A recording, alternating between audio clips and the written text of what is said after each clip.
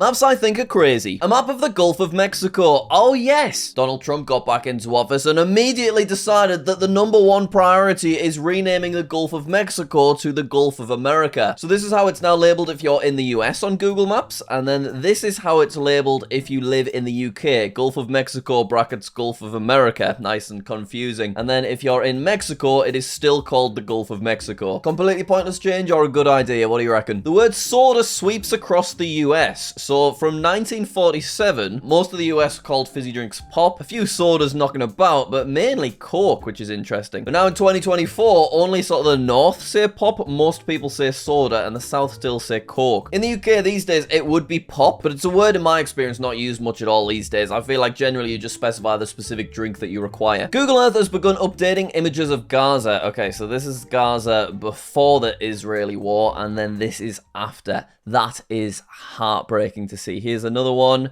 I mean, yeah, that's really, really horrible. Like, everyone in these houses, they're just civilians, just innocent families. And this is really, really sad to see the impact here. These before and afters just put things into even more perspective. That is horrible. South American map made out of football jerseys. Oh, that's cute, isn't it? So Brazil's is in the shape of Brazil, taking up most of the space. I feel like they've made the Falkland Islands a bit too big, I'm just saying. You know, look how teeny tiny it is. It's the same size as Uruguay there. You should have cut your shirt up. That's what I'm expecting. This is really epic to see. One flight, 2 map projections. All right, let's hand hands. So we're traveling from California over to Dubai, I guess. And you can see from directly above the North Pole, it's pretty much a straight line. But this is how the same route would look on a standard Mercator projection map. It really puts into perspective that maps just can't show the Earth accurately. Latin American largest trading partner, 2000 versus 2023. So 23 years ago, everywhere in Central and South America relied on the US for trades, whereas in 2023, China has largely taken over most of South America. I mean, China are manufacturing everywhere. They have so much power in terms of what they export to the rest of the globe. It's probably a good thing that South America are less reliant on the United States, but is China a better choice? I don't know. They're just good at making stuff and using a lot of plastic, aren't they? Let's be honest. Percentage of Muslims in some European countries. Okay, as you can see, the numbers are just very low. 6% in the UK, 1.6% in Ireland, incredibly low. 0.4% in Portugal, highest being Austria at 8.4%. We are witnessing something beautiful. Look at this. How far from London can you get by train in 12 hours? So, you know, 4 hours and you've got all of England. But 12 hours, you're all the way over in Austria. I wish I could pause it. Can I pause it? No, I can't. Okay, I'm just gonna have to take it all in. So 2 hours, I'm still kind of in London. Oh, wait, 8 hours. I'm in Switzerland. 12 hours. I've made it to Italy. Can I get to Spain in 12 hours? Let's see.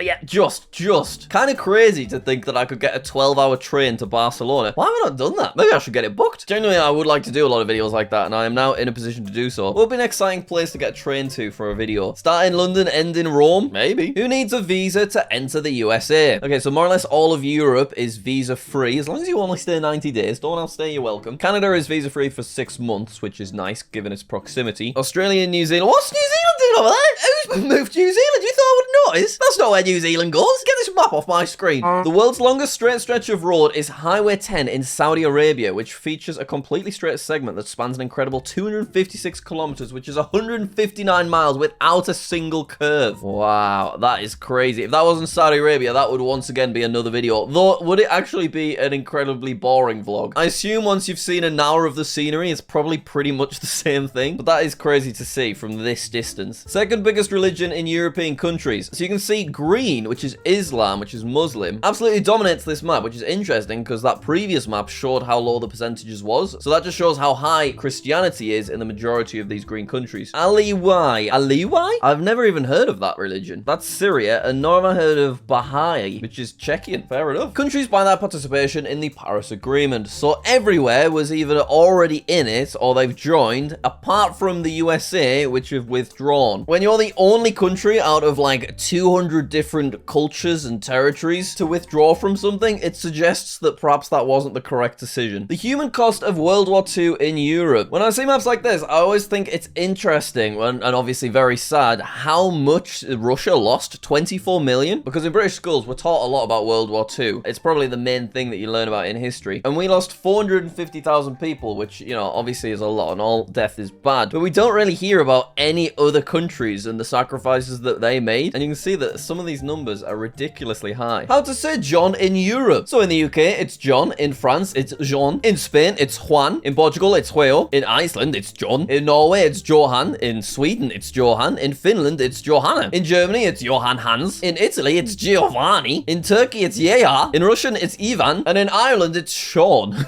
The transatlantic slave trade uprooted millions. This is the number of enslaved Africans arriving onto the American continent. This is from 1514 to 1866. So even though Europe benefited hugely from the slave trade, I always think it's interesting how few Africans were actually taken from Africa and put into Europe. The vast majority headed over to the Americas. Ridiculous numbers. Just so unbelievably sad to think about. Each one of these individual people, think about how scary that would have been and how many horrible things they'll have had to gone through. And it didn't even end that long ago. It's, yeah, really sad. India holds populations of all of these countries within that space. Okay, insane to think that Russia, which has a massive population of like well over 100 million people, that whole population can be held in just this purple area. Same with United States. Oh my god, yeah, United States and Mexico, they have even bigger populations than Russia. United Kingdom as well, small country but big population, but still absolutely nothing on India's population. That is wild, isn't it? Can you shop in the supermarket on Sunday? So in the UK, it closes at 4 p.m. and this is a constant source of inconvenience for Becky and myself because we always forget every single time and we're heading there at like 4:30 and then we have to turn around. It's very sad. A lot of Europe, you can just shop on Sundays. Some places in Europe, like Germany and Poland, they close completely. And in a few countries, it's mixed depending on where you are. I always find this really interesting. I don't quite get it because you would think in the capitalist world that we live in, the law would have just been changed because the CEO of Tesco is not going to be like, nah, I actually think it's quite nice that we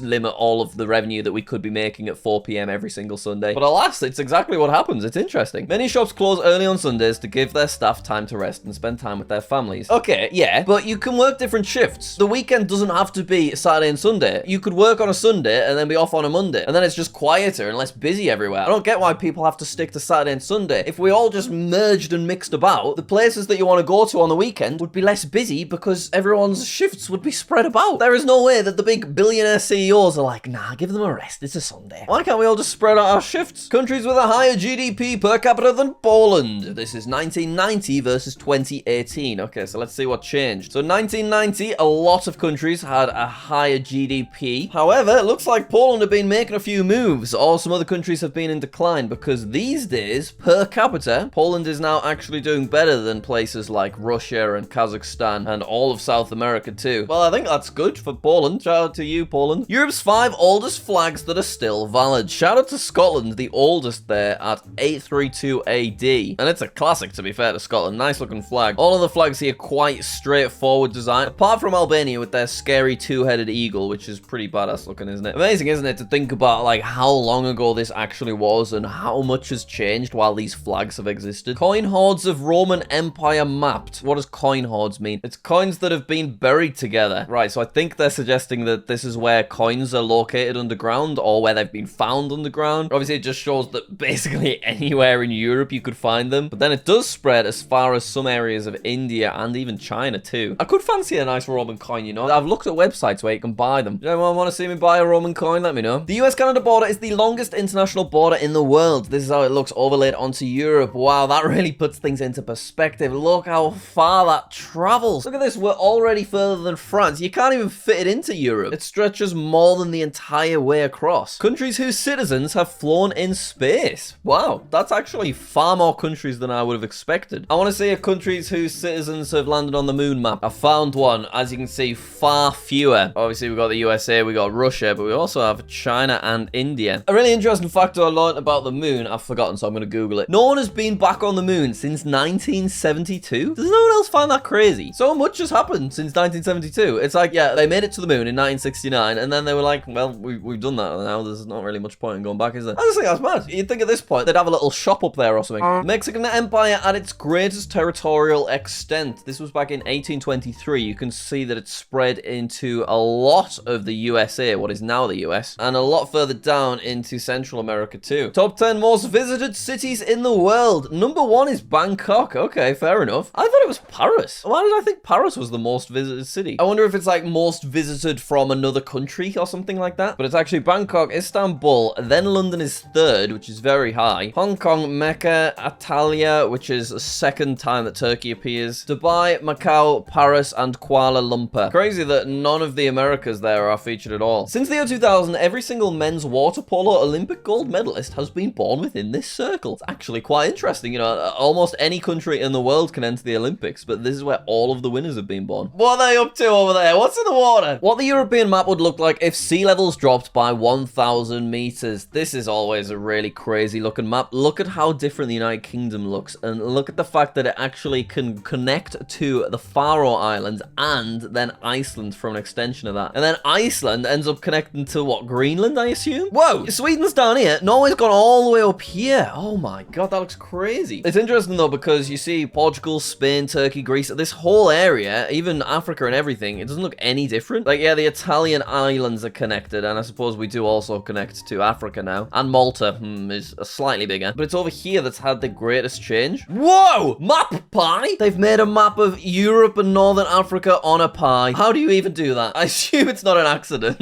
All right, we're going to end on that. Quite a nice looking pie, actually, and it's a lovely pastry. Thank you very much for watching. If you enjoyed, please subscribe. I just want to get to 2 million. I don't know how many times I have to beg. I know thousands of you are watching right now. You've made it to this point in the video. You've watched many of my map videos, and you still haven't clicked that subscribe button. So please do. It would really help me out, and it's totally free on your end. All right, thanks. I'll see you later. Bye, bye, bye.